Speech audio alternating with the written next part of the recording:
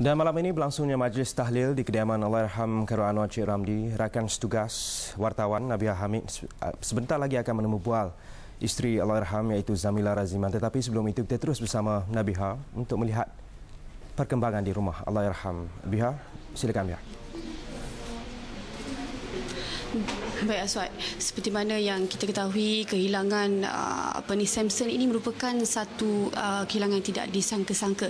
Dan apabila sampainya saya di rumah Allahyarham Samson, ataupun kita memang memang memanggil beliau dengan nama Samson, dan nampaknya kaum keluarga dan juga kenalan rapat sudah pun berada di rumah Samson, dan mereka baru saja selesai solat berjemaah, solat maghrib, dan selepas ini saya akan menemu bual, insya-Allah menemu bual isteri Allahyarham itu Zamila Raziman, di mana beliau mungkin akan berkongsikan pada kita apa sebenarnya yang berlaku daripada sepanjang beliau mendapat tanda-tanda ataupun bagaimana berlakunya insiden, bagaimana beliau kena wabak denggi ini.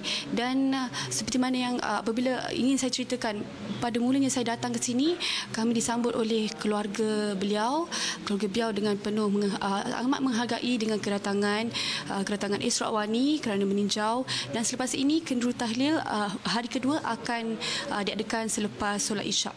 Aswad. Terima kasih Nabiha, kita akan bersama Nabiha seketika nanti dan nantikan laporan lanjut mengenai bahaya denggi ini 360 darjah segenap dimensi sepanjang kami bersiaran Awani 7.45.